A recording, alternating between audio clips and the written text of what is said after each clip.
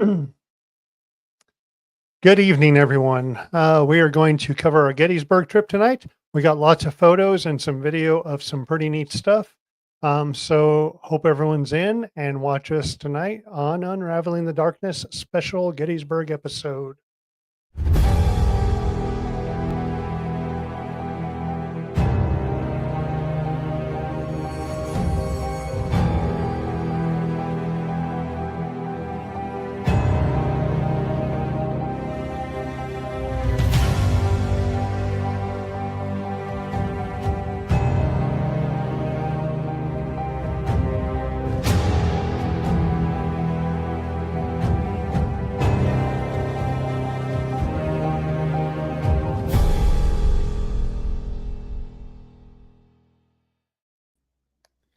Hey, welcome everyone, and to our special Gettysburg episode, where we're going to talk about what happened and what we did, and kind of our whole trip.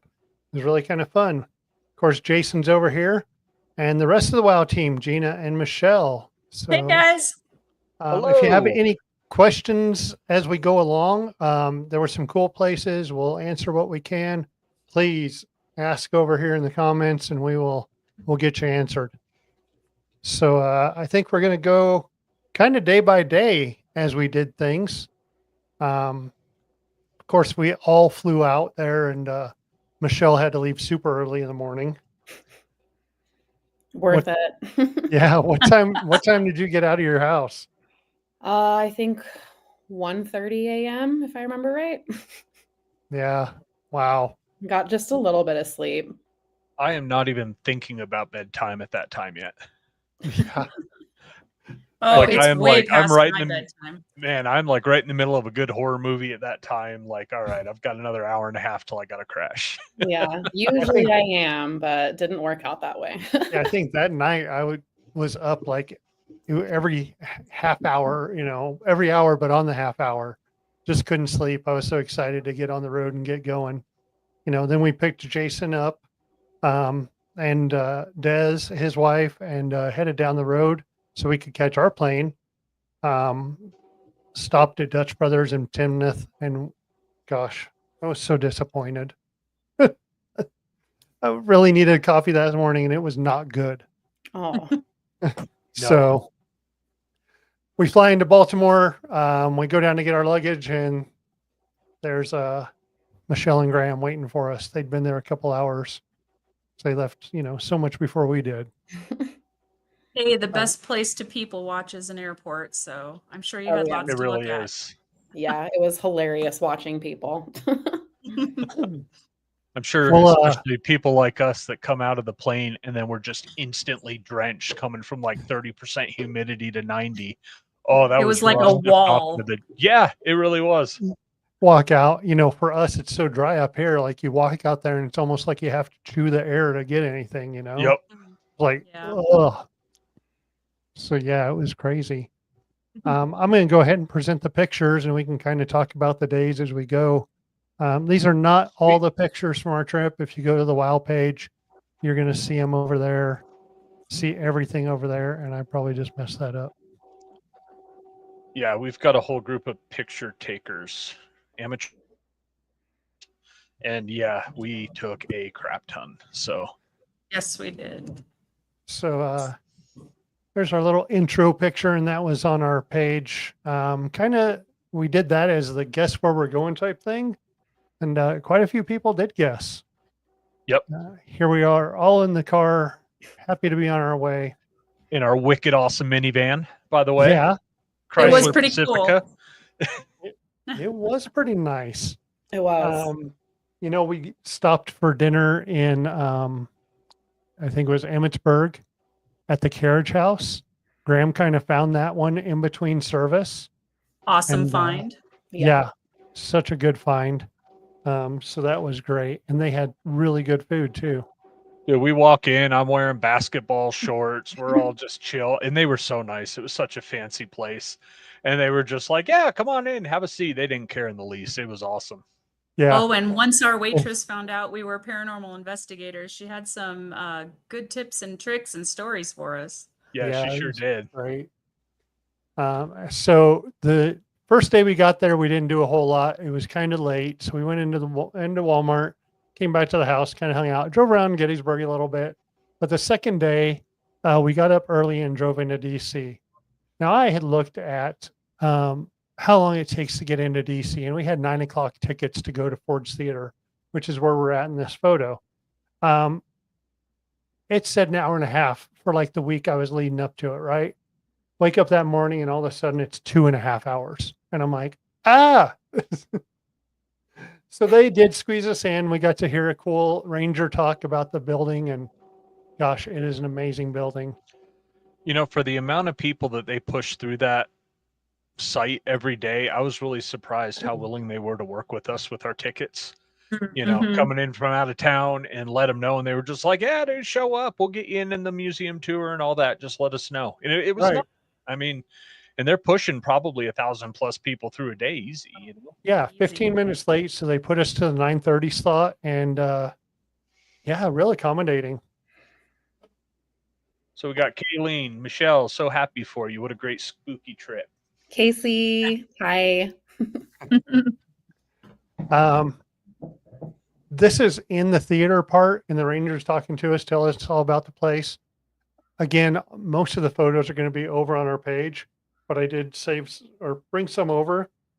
In the basement museum, they have the gun that killed Lincoln. That was pretty surreal to see. Yeah, it was. Pretty cool. Not only do they have that, I look like a young Burt Reynolds. Nice. Thanks. I prefer Turd Ferguson, but see if anyone gets that. Yeah. Not only that, but they had like the pillow from the Patterson house. They had his blood on it too. You know, pretty cool stuff. After we got done at Ford's Theater, we went to Arlington Cemetery. This is something that I have wanted to do for a long time. See Arlington and the changing of the guard, which is so awesome. So awesome. We were on the tram. They took us around to a couple different places. Where was our first stop? It was the Eternal Flame. Right. Oh yeah, JFK's grave. Yep. Super cool. If you guys ever get a chance to go out there, go check out Arlington. 450,000 people buried in Arlington. That is almost the state of Wyoming. An average of 25 funerals a day. And it's crazy. You're on this tram, and they kind of go around this corner and they're talking about the graveyard, right? And it's like, okay, that's a big grave site. There's a lot of graves there. And then they kind of go around the corner and it just opens up, and it is just as far as you can see from the side of the little cartway all the way out, pretty much to the horizon. And then you see the city, the skyline in the background. That was, that was quite a sight. It really hit home, how many people were actually buried there. Yeah. It's a pretty surreal place. Oh, I guess I thought I shared more of those. So we went through Arlington. We did watch the changing of the guard. We got to see about 1.5 of those, and super cool. They get you back on the tram and lead you out. Gina and I walked back to the Women's Military Memorial, this big building. Really cool. Like, it had tons of pictures of different women who have served and are serving. All different branches and astronauts. And I think there's a database where you can look up women that have registered there. So yeah, pretty cool. From there, we did find out that the exorcist steps were there. And Michelle was like, we got to go. Yes, bucket list for sure. So we did, and it was pretty cool. But you're missing a key piece. We played the game of oh gosh, now I'm gonna lose it. The National Lampoon's Oh yes. thing. Yeah. Look, kids, Big Ben Parliament. Yeah, Except only it it was the White House. Yeah. And a bus decided to stop in front of us, so we didn't Yeah, get we any did. good Oh pictures. God, that's right. did try to see the White House. We're like in the second lane from it. And Michelle's got her camera up just to take a picture, and a bus pulls up and blocks it. And he kind of So looks at no her. pictures, but we did see the White House. Yeah. Oh, it was funny. And then we went to the Exorcist Steps. Yeah, pretty cool. From there, we played Frogger to get Gina to Starbucks. She Oh cooked God, in us Georgetown. That's right. the Been There cups. So we drop her off, and I don't know how we didn't run someone over. I just don't know. I've never seen so many people in the street before in Yeah. traffic. I did successfully get my mug, though. I see Deb says that, she's happy that we get to share this. And that's, we didn't film, so we're not putting really anything out there. We do have some cool video here at the end, but this wasn't a trip for like an episode or anything like that, but they're all really cool places. And we did do some ghosty stuff while we're there. So we love sharing this stuff. Back to Gettysburg from Baltimore. There were, at the time of the Civil War, there were over 400 buildings in Gettysburg. There are about 150 left that were there at that time. Any of those buildings that were there at that time have this brass plaque on them that they were a Civil War building there. Pretty neat. There's actually one up for sale right now. Yeah, it's just over, I think, $500,000. So anyone You guys Wow. want to jump go in on a that. house? And New WoW. yeah, New give WoW us a wow headquarters. place to crash. Heck yeah. Oh, some of you may have seen a post where I got Aaron a really got in cool trouble. souvenir and I got in trouble. So I know I've talked about it on the podcast before where I was there many years ago and spent 3 nights on the battlefield. So we let's all chip in. Yeah. 600,000. Yeah, that's we can do it, right? And I did. I spent, from like midnight to like 3 or 4 in the morning for 3 nights. And I felt pretty lucky after getting home and reading some stuff. So we decided we're going to go out, and it's a bit early. It's like 10:45, and I'm like, okay, we can do this. I'll take you guys to the route that we took. Oh, not so lucky this time. So this is the view that Gina had, and you can see the blue light in the center. Here's the view that Jason had and Des, and you can see the red light on the right. And there's the other red light. So I didn't bring over the picture, but it can be found on the WOW page of the citation that I received for being in the park when it was closed. The main roads are open, but some of the side roads that go back to like the wheat field and Pickett's Charge and Devil's Den, where all the small battles were, where all the small fights were, those roads are closed. I do not know what the actual ticket price is. The ranger was very accommodating, asked me if I saw the sign, and I said I may have seen the sign. Jason tried to help out because we had new thermal and said, I figured it was just walk-in, like we could stay on the roads. We're trying to find animals with the thermal. In Wyoming, you can drive through all this stuff. I go up to Pole Mountain and all that all the time at night, and as long as you don't get out and do certain things, they just kind of drive by and wave, So I did get a written warning. I don't know that I'm on any list, which you're on a list. No one wants to be on a National list. Park list. Yep, you're on the National Park offender list.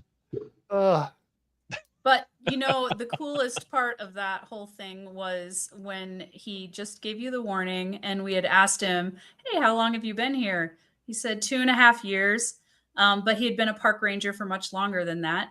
And I couldn't help it. We had to ask, have you had any paranormal activity happen? And he had a pretty cool story, which was corroborated later on. Yeah, when we get to that part, we can tell you that one. Just to prove there is the great souvenir that I got. And after that night, we went to Baltimore on July 4th. So that was the third that we did that. July 4th, we're going into Baltimore because Graham couldn't stay the whole time. We had to take him into the airport. So we just made a day trip of it. When we said we were going to do a day in Baltimore, Michelle's like, hey, check this place out. You want to tell them a little bit about it? So Leakin Park is known to be a dumping ground for murder victims. Since the 1940s, there have been over 75 bodies found in this park. I discovered it just through some YouTube channels that I watch of people who will go in there and explore at night. It's pretty crazy. I'm glad that we went at 9 a.m. because I can see it being sketchy as soon as the sun starts to go down. Yeah, absolutely. For sure. Yeah. I was doing some looking into this park after Michelle told us about it, and there's actually a saying in this area that if you go there to bury a body, you're probably going to dig one up in the process. Oh, geez. Wow. We did pull into one of the parking lots. This was next to us. Probably goes back to a murder in the park from what we could figure out. Yeah, I think it it's happened in 2022. Guy was murdered, and then they burned down the car. It's a beautiful park, but when we did get out and walk around, and the vibe, it definitely gives off It's heavy there. Yeah, Very a heavy. vibe. Yep. So, but super cool place. Again, just during the day and probably early during the day. Yeah. From the park, we went to Poe's grave.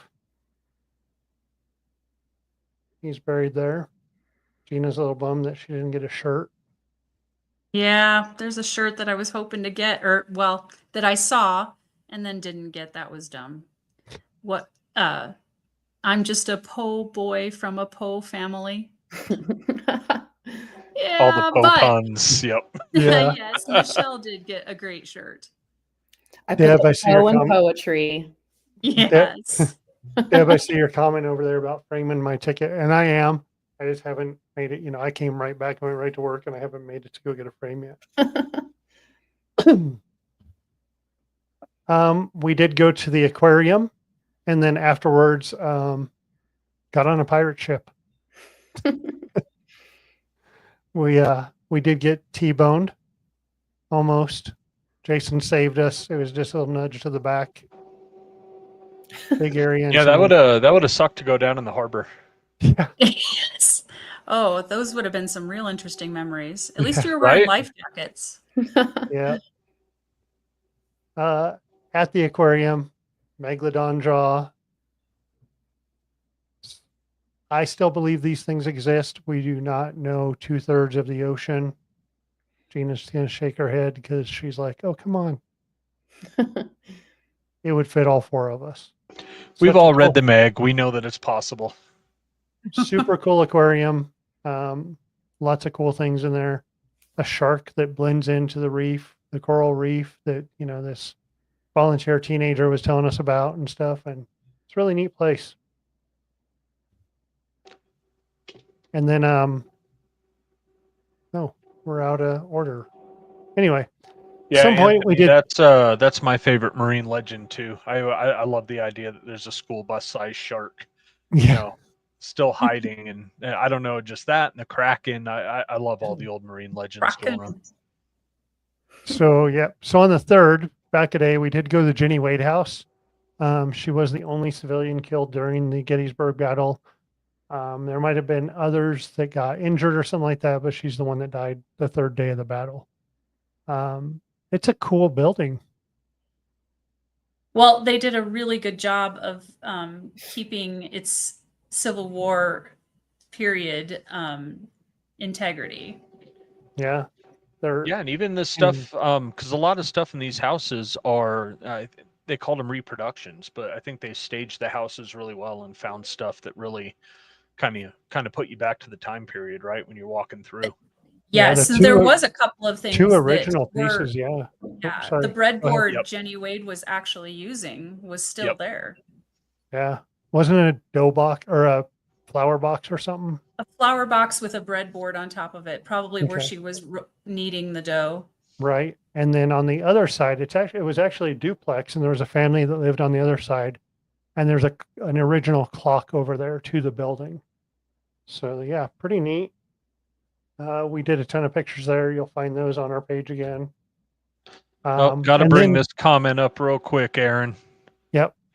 We need to make you a T-shirt. All you went on this spooky trip, and all you got was a stupid citation. Awesome. Brilliant. Thank you. Amazing. Love it. So that went back to the 3rd. Then we went to Baltimore, and on the 4th, we had dropped Graham off, and we came back. We had ghost tour tickets. So the guy that owns this company, Mark Nesbitt, Mark was a park ranger for 6 years and then started writing Ghosts of Gettysburg books. I think there's 9 of those, and then he's done many other kinds of ghost books. So we went on that tour. The gal was very knowledgeable. Yeah, we went up to Hospital Row. Michelle, you want to talk about Hospital Row and what they did there? Yeah, Hospital Row is pretty crazy. So there were a few different buildings that they featured.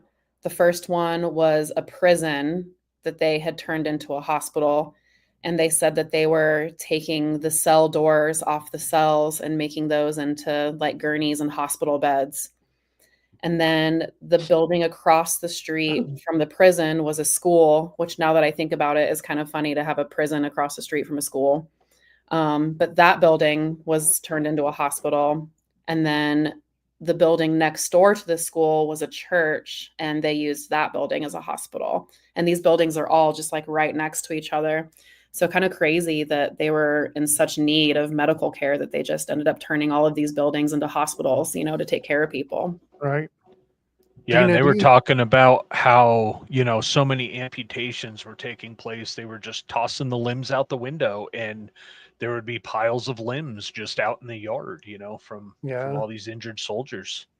And Gina, right across the street from the church was a quick cemetery that they had to get all the bodies out of there in order to develop the area. And who knows if all the bodies have been actually exhumed.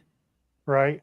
Something that I've learned over the last couple of years with the investigation stuff in churches is a lot of those old churches, the cemetery was just south of the church.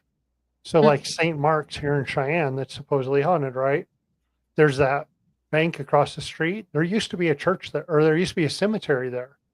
And then they dug those bodies up and moved them as downtown grew and needed more space for buildings. Yeah, that's how it is in the Green River, Wyoming. The library was built on top of a pre-existing graveyard. Oh, when I think back to like when we were back in Wisconsin, Gina, like that church that I think your grandparents are buried at, and you have plots there. It's south of that. The cemetery is south of that church as well. So it's just something that it is. Do you remember, Gina, do you remember the story about the girl, the handyman and the girl who told at the school? At the church. The handyman worked, or the old guy couldn't join the military, so he went to help at the church. Yes. So they had the top floor of that church was used as a surgical suite. So as Jason was talking about, all of the amputations that took place and the other surgeries, you can just imagine all of the blood. And it was so much blood that they had drilled holes into the floor to get rid of the blood. Fast forward many years later, everything had been cleaned up. They cleaned it to the best of their ability. And forgive me, I forgot. Was it the handyman then that was in there? No, it was a child, a kid. A girl that was in to help set up for a banquet or something. And they had sent her downstairs to get some chairs, and she felt something drip on her, and she looked, and it was blood. And of course, she went back up and freaked out. There's blood dripping from the ceiling, and they never found any of it. But of course, with so much death and trauma, it's not surprising that some residual things like that can occur. I thought that was a really cool story. And then they kind of like told her no, and she suppressed it for a long time. And as she got older, she's like, no, this really happened. You know? Yeah, they actually slapped her in the face when she said it. Yeah. Mhm. Like, dang, Yep. You're crazy. it's religion for you, right? Yeah. Yeah. It's pretty cool there. Like the whole town, the battle happened over 26 square miles. So even the center of town, they were fighting. And just the whole place kind of has this energy to it. I think the That Fox was back at on thing. ticket night. Yeah. Yeah. Yep, that was ticket night. So That it was was probably really about hot 10 that minutes, day. yeah. Yeah, really hot that day, and that Fox never moved. Like we went back through there, got the ticket, come back out, and he's still there. He was really cool.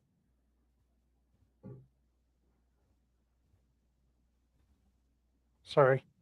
So then we did all that on the 4th. On the 5th was our last day there. We kind of went in town, walked around, did some more stuff.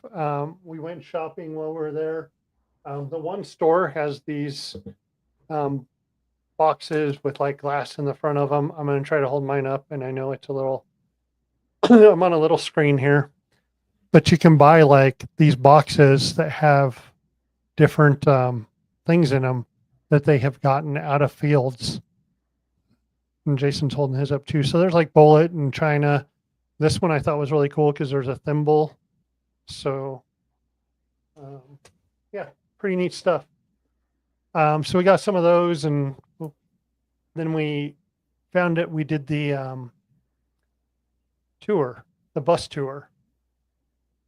So 2-hour bus tour, and these people are so knowledgeable. They actually have to take a test and pass the test, and then give a mock tour, and they can fail at any time, and then they can't be tour guides until they do it again the next year.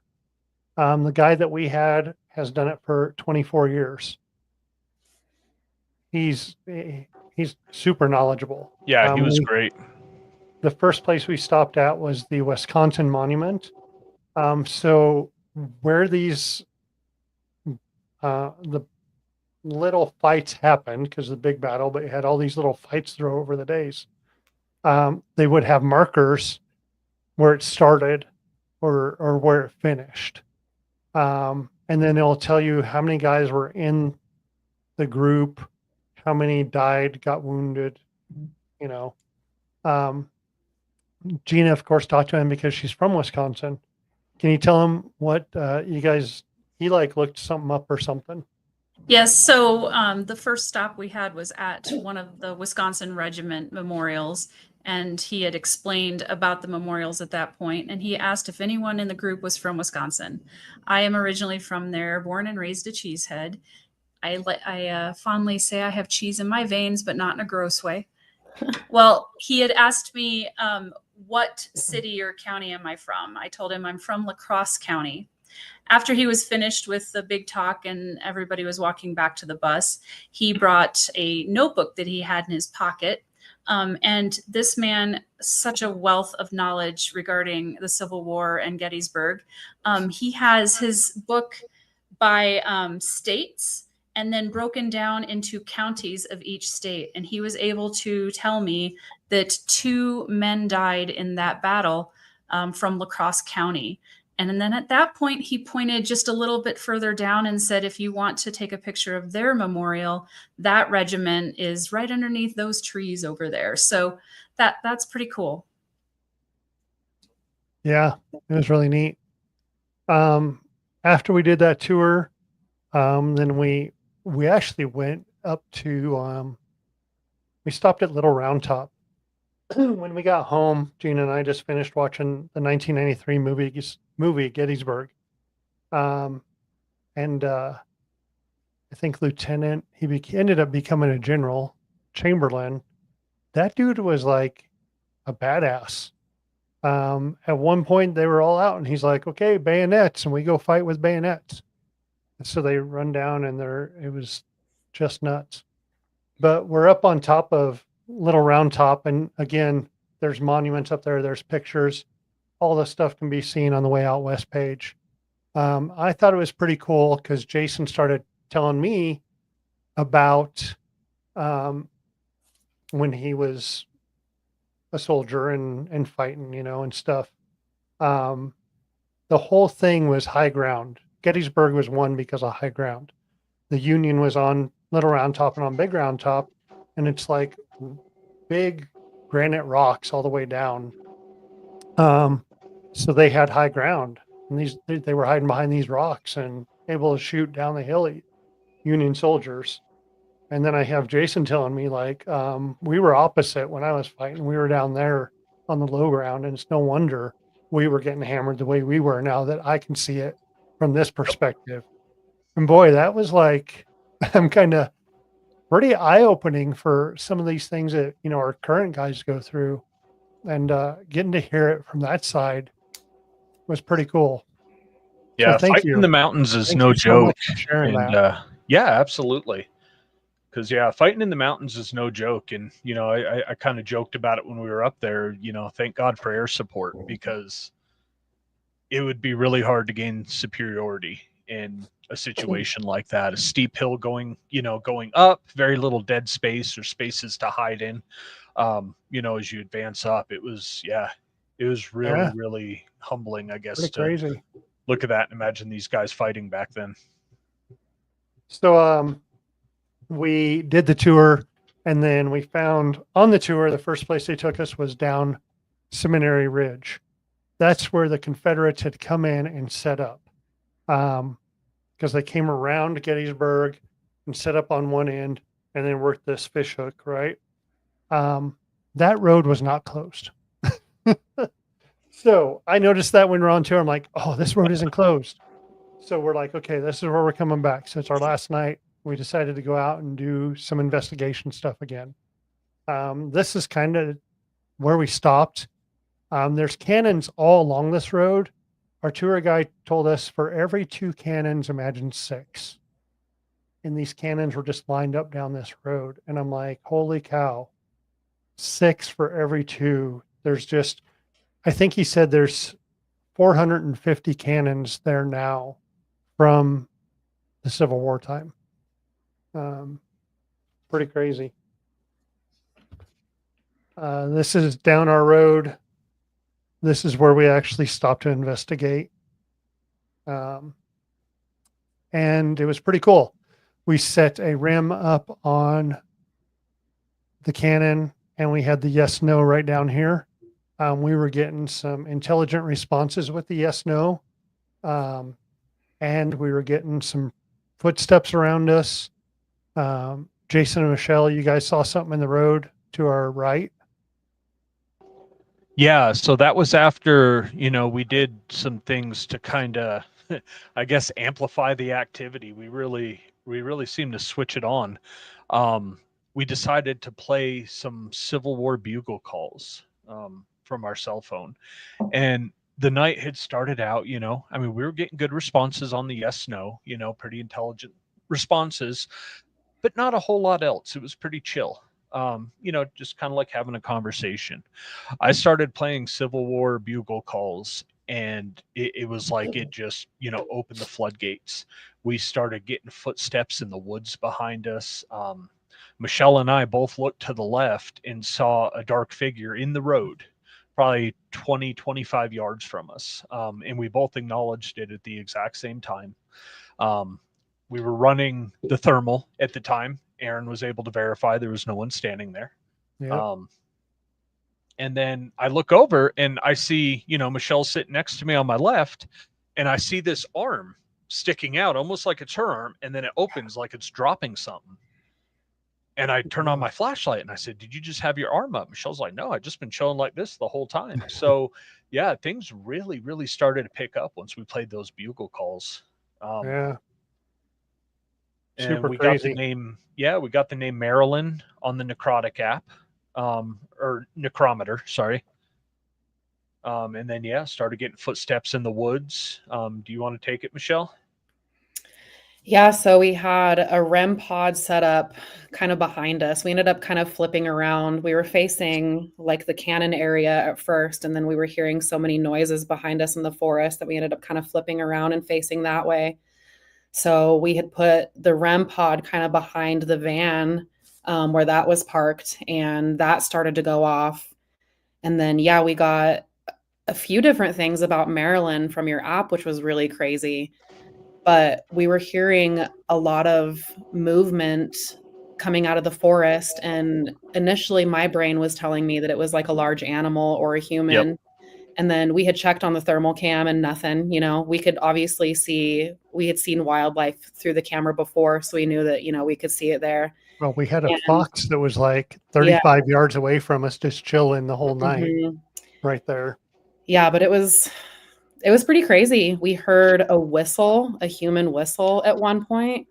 That whistle was cool. Yeah, and it sounded pretty close to us too. Yeah, Super because weird. that's when I had gone into the woods, and I was maybe in there 2 minutes at that point, and I would put it at maybe 10 yards away from me, maybe about 30 feet or so. It was pretty close. And then you guys were, about 50 feet behind me, and you heard it, Yeah. coming through the woods as well. And then right when that whistle happened, the Necrometer app said that was an accident. Yeah. Oh, yeah. Yeah. Yep. So Yep. it's like, oops, Pretty gave away our crazy. position. Didn't mean to do that. My bad.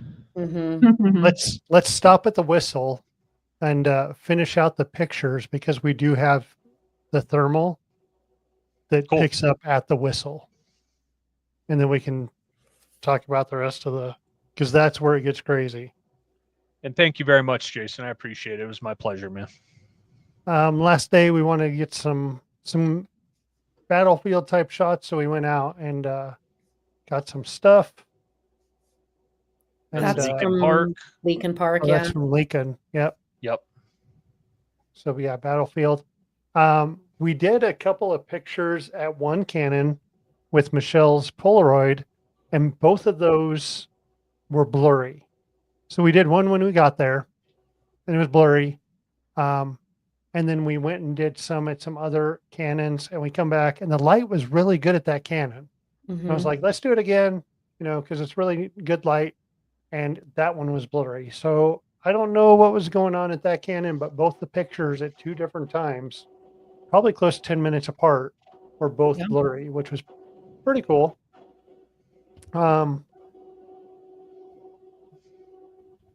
This is it. This is I think that's a picture that you took when you went back and you were in that spot where you Yeah, heard the whistle. that's pretty much exactly where I was standing and facing the direction that the noises came from. So yeah, that was pretty cool. And then this video is Jason's in the woods right now behind that red dot right in the center. And then I have the thermal on him. Gina's recording us. That red dot is the rim. Right. And from there, we were getting hits on the rim. Of course, not while we were recording, but at one point when we were all sitting on this side of it before you went in the woods, that thing went crazy. Yeah, it actually like maxed out. The Mhm. lights were fully lit up, and it was at the highest pitch that it could There. get. There it goes. And that usually only happens if you grab the antenna. Oh yeah, you can see it right there. So I had the thermal on it to see if there was like anything close to it, any kind of animal, anything, small mouse or something. There wasn't anything there.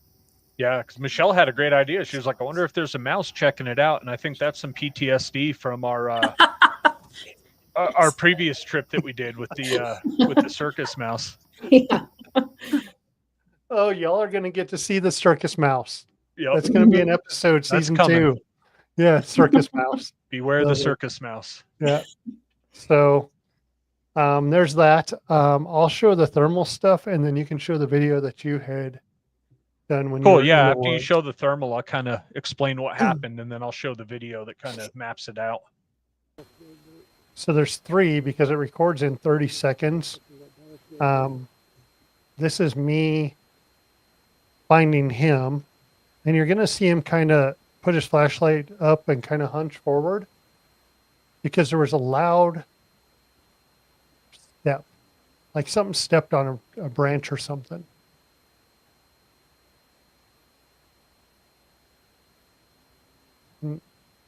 It's a little further down. You're not going to, you'll slightly hear it.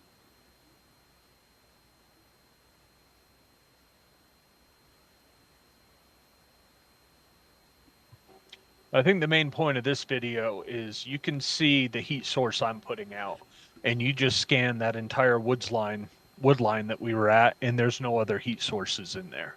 Yep. And right here, he's going to, that's where the big step was. You can see him kind of lean forward with his flashlight. So it sounded like something it was loud. Yep. Yeah, so we were getting so many footsteps and loud noises that I had gone into this little clearing there. This one's going to pick up where he was hunched over. There's enough trees that I can, if you went in another 3 feet, I probably wouldn't see you. And then it's me talking about if he went into the thicker part of that, maybe another 3 feet, he'd get lost behind those trees. But all the dark spots are able to be, they're back a ways. So on this one, white is hot.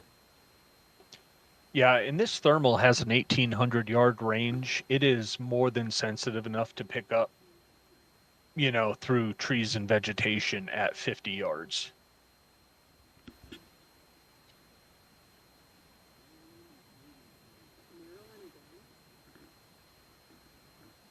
So right here at the end, where it's getting ready to swap to the next 30 seconds, he just looked. And Jason, when you looked, what was that? That was, you're muted. So that was when something got thrown at me. So at that point, I'm in the clearing, you know, and we're just kind of starting, you know, is there anybody in here? I was asking, you know, because I used to be in a field artillery unit, and there's a clearing here in this woods. And I know, you know, the field artillerymen would, you know, be right by their cannons, right? Even when they're sleeping, they're right there by the cannons so they can run out and do a fire mission. So I started asking questions about that. Is this where you bedded down? Was this where your operations were? You know, something like that. And then we got the footstep. And then on the app, it said, Maryland is waiting for you. And I said, okay, that's great. Thank you. I'm going to stay here, though. I'm not interested in going in the woods and meeting Maryland. So, and a few seconds later, something about the size of a football got thrown at me in the woods. It looked like to be a piece of wood. And I mean, it was thrown hard enough. It went through the trees, and you could actually see, you know, the brush and the trees moving as this went through. It landed probably about 20 feet in front of me into the leaves. And that's where he's looking at in this one. Yep. And that's where I start looking. And then it said, sorry, I wrote it down so I wouldn't forget. Ominous warnings. That was a little later. That was later. Mm. Yeah, it said Marilyn wants you to follow her, or Marilyn wants you to follow. And I said, no, I'm good. And that's where something full blown ran at me through the woods. So, I mean, this was loud crashing. Like if I didn't know better, this was a bear, like a black bear or a deer. And that's when I get off of him and I start scanning right. That's what I'm looking for. So from this one, we come to this third one. And this is where, if you watched our live, we were on Hospital Row and we did a live talking about, you know, the next season, all that kind of stuff. And Jason popped in and said, I ran. This is I'm not a runner. I don't usually get skittish. When I had something barreling down on me in the woods, I got the hell out. I'm not going to lie. This is when he came out. So like I've already scanned right. I'm looking, trying to see what was running towards him.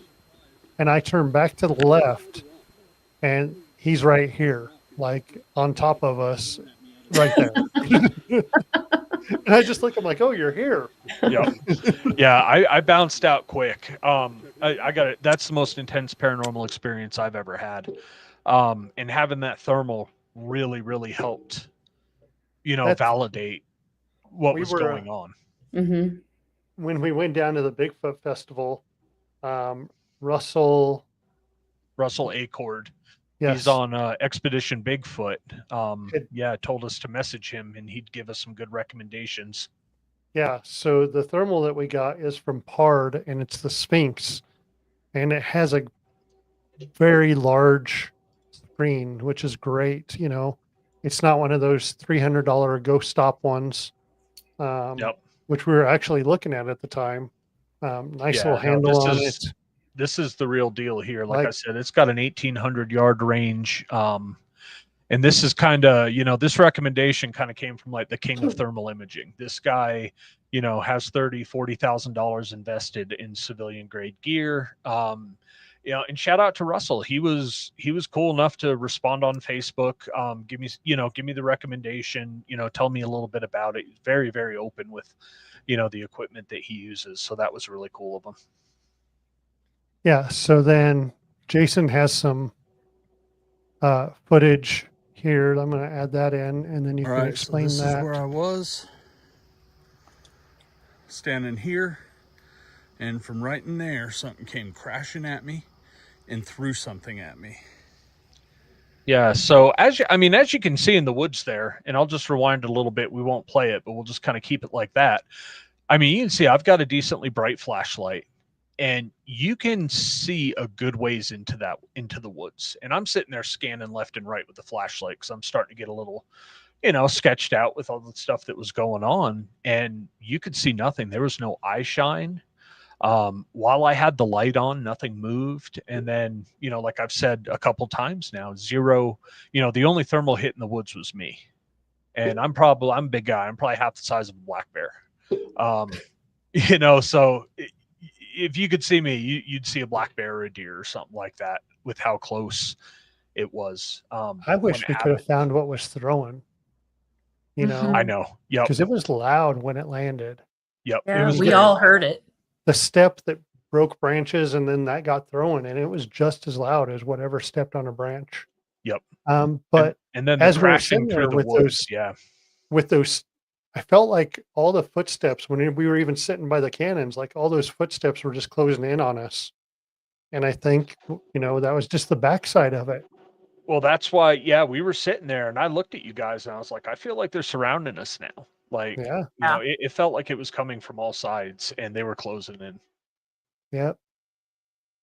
Yeah. So from there, we we left that spot, and there's a reason we left that spot. Yeah. I have the thermal on them, and Gina's next to me. And if any of you have watched any of our episodes, episode 1 is on YouTube. 2 and 3 for season 1 should be on there in the next week or two. Yep.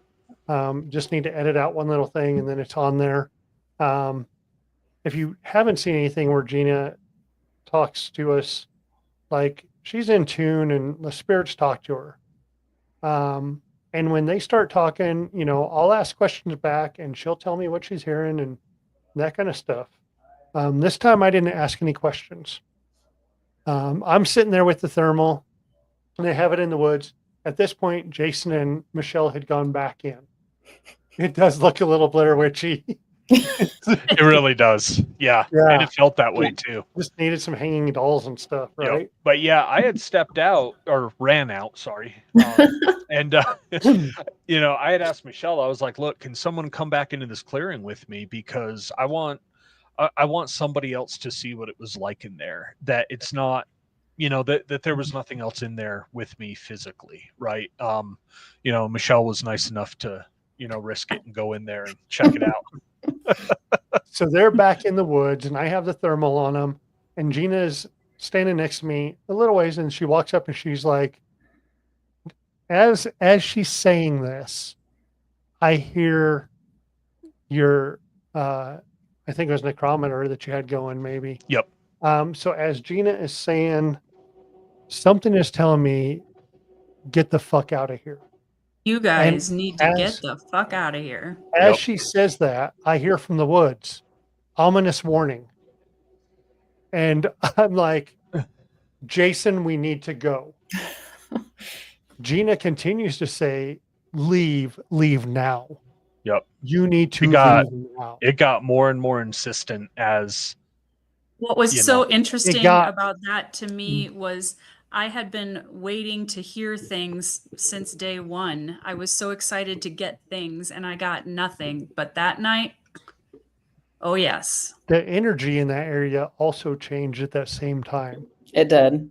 yeah, it did. It got heavy. But you did say, Gina, I think that it's the messages you were getting seem more out of concern than like Yeah. anger, Oh no, right? it wasn't. Like It was not out of fear. Like they weren't trying to it wasn't scare us. yelling They were at trying to us; it look was out trying to for us. protect us. Yep. Yeah. 100%. So whatever was there was definitely watching out for us. And I really feel they wanted Jason and Michelle out of those woods because something was going to happen. Yeah. From there, we went down the road. We tried to investigate a little bit more. Sheriffs came by. They were nice. No They ticket. no ticket. I feel they were looking for someone that night because we hadn't seen that many cops, and they were hauling wherever Yeah, they were going. They were hauling ass around, and there was quite a bit of them too, all Yeah. over the place. Yeah. They were looking Like- for someone else or something else, and we just happened to be right there. You know, he Yep. stopped. He was nice. He was cool. And from there, we, you know, went downtown and then went back up, and we talked to y'all live from Hospital Row that night. And here we are. We're back we in had town. We're all snow back, going off, and we're up even back got in that on the town. live too.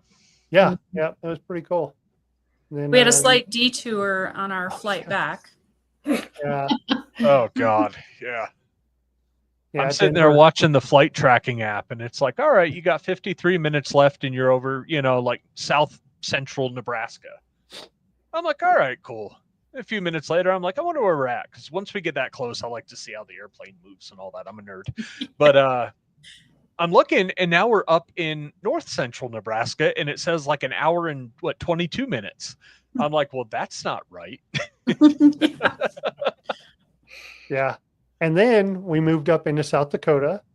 And that's when they started telling us that Denver had a wind shear and they're getting weather.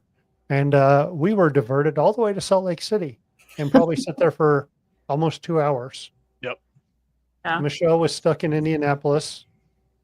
You know, we At least I finally made it. wasn't on a plane, though. I'm sad that you guys Truth. couldn't move. I was able to walk around a little bit and Yeah. stretch my legs. We were stuck And I in feel there. bad for the flight attendants, because people are like, man, you guys should do a drink service while we're waiting and blah blah, all this. And it's like, flight attendants don't get paid if the aircraft doors are open. The pilots and the flight attendants are on unpaid time at that time. So really they're there.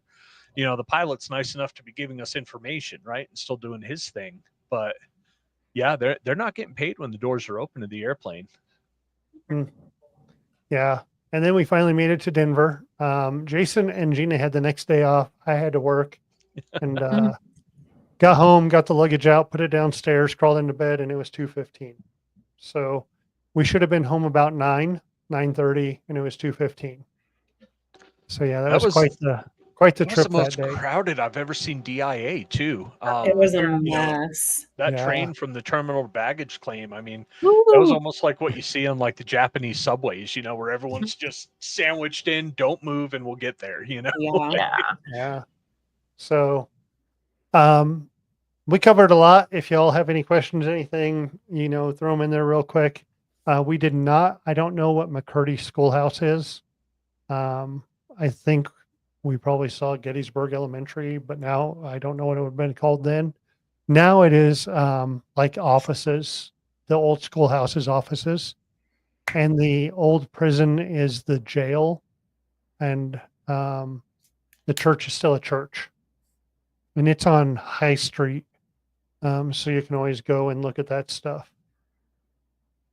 I always do like street walks through Google Earth and check stuff out, and I never knew about that street, and it's pretty cool. So thanks, Deb. That's my grandma. Oh, Thanks, Grandma. thanks, You guys met her. Grandma. Yeah, nice. So yeah, that was our trip, and we love sharing that kind of stuff. And like I said, we didn't really record anything other than like those thermal hits and stuff. And I saw someone talk about personal experiences, And yeah, those are, that's, if you are recording stuff, that's usually when you get the best stuff, when you have it off and you have a personal experience, Yes. and that's what I think, was the cool thing, was we just kind of a good team travel, have some fun, not be pressured to record and edit get and lighting have- right. Yeah, all this Yeah. stuff. Yep. Yep. Yeah, it was a good time. Get to know each other a little better and just have some fun. Yep. Eat some good food, have some Oh, interesting yeah. restaurant Yeah. experiences. Indeed. Yeah, there were some great times. Yeah. Thanks, Wendy. Thank you, Mom. Wendy. Yay. So, all right. And Jason, I see your mom. We just gave her goosebumps. She's probably like, right now, she's probably like, stop going into those places. Right? Like, you need to stop this crap. Need to find a safer hobby like model making or something and just sit at my desk. Model making. That's not as fun. It's not. All right, guys. Hey, thanks for tuning in tonight. I'm glad we got to share our trip. One last thing. I know we did this on Hospital Row, but I want to do it again because we added some, that little bit of experience. Jason, your favorite thing while we were there? I think I enjoyed Baltimore. Seeing Leakin Park, and then I'm a big aquarium fan. I could, spend all my time in aquariums, so I really had a good time doing that. And then our little pirate ship adventure just kind of finished it off for me. That was awesome. Gina, your favorite? Besides spending time with y'all and just getting to know everybody better and laughing with you guys, I love history, and that tour through the battlefield with that very knowledgeable guide was the highlight for me. And Michelle? The experience that we had on the last night was amazing.